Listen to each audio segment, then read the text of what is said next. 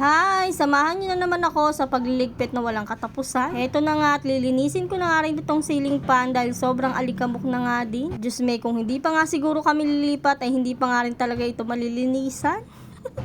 Winalis-walisan ko na nga muna yan at tinanggal ko na nga rin yung pinaka nakalagay dito, tapos pinunasan ko nga ng basang-basahan. Ganda-ganda pa nga rin talaga itong ceiling fan na to, kaya dadalhin nga namin at baka may paglagyan nga kami dun sa titirahan namin. Ayan, matapos ko na nga rin punas-punasan yung pinakalagayan ng ilaw ay dito naman sa may ibabaw. Dahil masikip na nga din dito, sabi ko nga kay Papa Koy na tanggalin na nga rin namin itong divider, yung lagayan nga ng TV. At tignan nyo naman, piniplex nga ng ate ko itong dadalhin nga niya dun sa bahay niya. O siya, eto na nga at sisimulan na nga rin namin tanggalin yung divider dito sa may baba ng bahay namin. Para kahit papano nga ay lumuwag-luwag naman dito. Ayan, nagpatulong na nga rin ako kay Papa Koy para nga mas mapabilis nga itong matanggal. Ayan, matapos nga niyan tanggalin yung divider ay sinunod naman niya ito dahil hindi na nga rin namin ito madadala dahil wala nang salamin yung harap. I mean yung pinakasarahan nga o yung pintuan nito. Babaklasin na nga lang din niya yan at kukunin na nga lang niya yung pinakasalamin. At ayan, nung nabaklas na nga niya ay nagsimula na nga rin kami magligpit-ligpit na mga kalat para kahit papano nga ay mawala nga dito yung sikip dahil nakakasikip nga rin itong mga kalat. Diyos me, talaga naman nung araw na to ay pagod na dahil parang 5 days na nga rin talaga kami nagliligpit-ligpit. Ayan nga, nung maitanggal na nga rin yung divider ay sinimulan ko na nga muna tong ayus-ayusin para nga hindi nakakalat o hindi nakasagabal dito sa daanan. Diyos me, tignan nyo naman kasi kung gaano nga naman din kadami yung gamit na dadalhin namin. At ayan, nung matapos ko na nga rin maiayos ay naisipan na nga rin namin ni Papa Koy na pumunta nga sa One and Only dahil titingin-tingin nga kami ng foam. Alam nyo naman, yung foam nga namin dun sa may kwarto ay hindi na nga rin talaga madadala at ewan ko na nga ba yung itsura. Napansin nga rin namin ito, ang ganda nga kaso kailangan nga talaga namin ng foam. Mahirap kasi dalhin yung foam namin, ako napakabigat pa nga nun, bukod pa nga dun ay madumi na nga at hindi na nga rin talaga kaaya-aya yung itsura. Kaya sabi ko nga kay Papa Koy ay titingin-tingin nga kami ng foam dito sa One and Only, baka sakaling may mura lang. Mahirap kasi kapag wala nga kaming hihigaan dun sa lilipatan namin, kaya tumingin-tingin nga muna kami at naghanap kami ng pinakamura. Yung tipong mura lang at kahit papano ay may magagamit nga kami pansamantagal. At ito nga yung nakita ko, mura nga lang din siya at double na nga rin siya. Kaya ayan, nagtanong nga muna ako kung magkano yung presyo para may idea nga ako at makahanap nga rin kami sa iba ng mas mura. Kung may budget nga lang talaga ako, eto na nga lang talaga yung bibilhin ko, yung queen size at makapal nga yung foam. Pero wala ngang budget, kaya kahit nga yung manipis nga lang sana. Ayan, nung matapos nga kaming tumingin doon sa One and Only ay sinunod naman namin dito sa Happy 11. Sinubukan nga din namin tumingin-tingin dito ng foam, baka sakaling mas mura nga dito. Kaya ayan, dumaretso nga rin kami kaagad kung saan nga yung mga nakalagay yung mga foam. Titingnan kasi namin kung saan nga ba yung mas mura, kung dito nga sa Happy 11 o dun sa One and Only. Ayan, mag-iisip-isip nga muna kami.